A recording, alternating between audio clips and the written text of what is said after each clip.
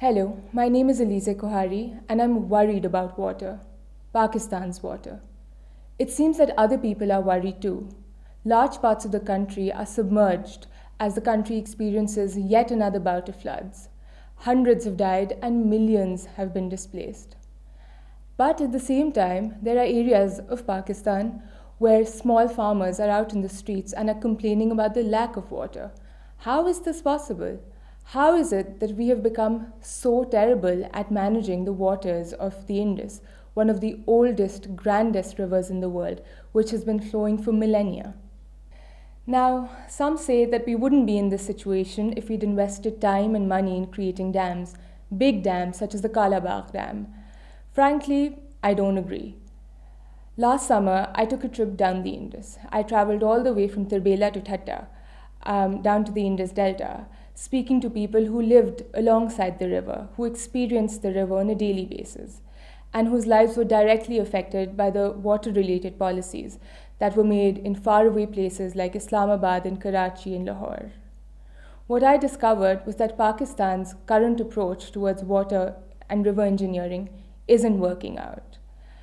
Big dams, barrages, long canals snaking across half of the country, these do more harm than they do good. So let's focus on the Kalabagh Dam. First things first. The creation of the Kalabagh Dam would not have prevented this most recent bout of floods. The floods are taking place on the eastern tributaries of the Indus, which are to one side, in particular the Chenab River. The proposed site for the Kalabagh Dam is on the main Indus River towards the west in Miawali. It's one thing to be an ardent supporter of a particular project for whatever reasons, but to deliberately distort facts to suit one's agenda is another thing altogether. So, why does the Kalabagh Dam attract such support? Now, engineers have this dream. They want a string of dams on the Indus, one after the other. There would be Bhasha in Gilgit-Baltistan, followed by Tarbela, which already exists in Khyber Pakhtunkhwa, and then finally the much contested Kalabagh Dam in Miawali. Water would flow from one dam to another, generating electricity as it passes through, and it would be stored and released according to our irrigation needs. On paper, this sounds like the perfect plan. In one fell swoop, we would have cheap electricity, we would be able to stave off floods by storing excess water in these dams, and we would also be able to have a regulated supply of water throughout the year for our agrarian needs and urban use. But you know what's missing from this fairy tale? People whose lives are directly affected by the river, whose villages are inundated when these dams are created, and whose lives and livelihoods are affected when drastic changes are made to the river. Some people in Khyber Pakhtunkhwa are concerned that the creation of Kalabagh could cause extensive backwater flooding, similar to the floods that took place in 1929 and that submerged large parts of the GT road. Others are afraid that the surrounding plains of Pabbi, Mardan, and Peshawar could become fallow due to waterlogging and salinity caused by the creation of the dam. In Sindh, the concerns are a little different. If you store 6.1 million acre-feet of water, there's a high chance that the river could permanently dry up in Sindh before reaching the sea. As it is with the creation of Tarbela Dam, activities in Sindh have been affected. For instance, flood irrigation in the riverine belt, the mangrove belt that once dotted the entire coast of Sindh, and the production of shrimp there. As the lower riparian, Sindh has always been a little suspicious of giving Punjab too much control over the water that flows through it.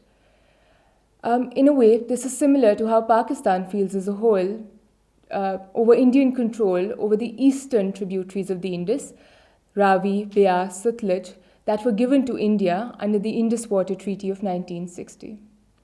In a way, this is natural. There'll always be friction between areas where water flows first and where water flows last. But as a country, when two of your provinces are so vehemently against a particular project, it might be best, for the sake of the Federation, to shelve that particular project.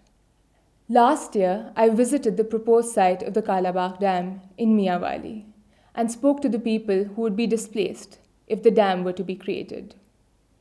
After all, we hardly get to hear what they have to say. Some of them said in very grand terms that they would render this sacrifice for the greater common good. Others, however, were more circumspect. They weren't sure that the government would come through on its promise of compensation if their lands were submerged and they had to move elsewhere. They have reason to be fearful. There are many people who were displaced by the creation of Tarbela Dam some 40 years ago and who are still fighting legal battles for their fair share of compensation. I've met them. They're old now and tired, but they're still very, very angry. So here's my conclusion. The creation of Kalabagh Dam might solve some problems, yes, but the risk is that it might create many, many more. Despite what supporters of the Kalabagh Dam say, many of these problems are unavoidable, even if their effects can be mitigated to some extent. And the truth of the matter is, Pakistan's record with big irrigation projects isn't really that great. All across Pakistan, you see communities grappling with the havoc wreaked by such projects. The Chashma Right Bank Canal in Punjab, for instance, or the left and right bank outfall drains in Sindh. What Pakistan really needs to do at this point is get over this, frankly, 20th century obsession with big dams and big water projects and start adopting a more sustainable approach towards development, particularly with regard to its water policies. We need to think about how we can minimize wastage, how we consume the water that we do have at the moment. That is the need of the hour.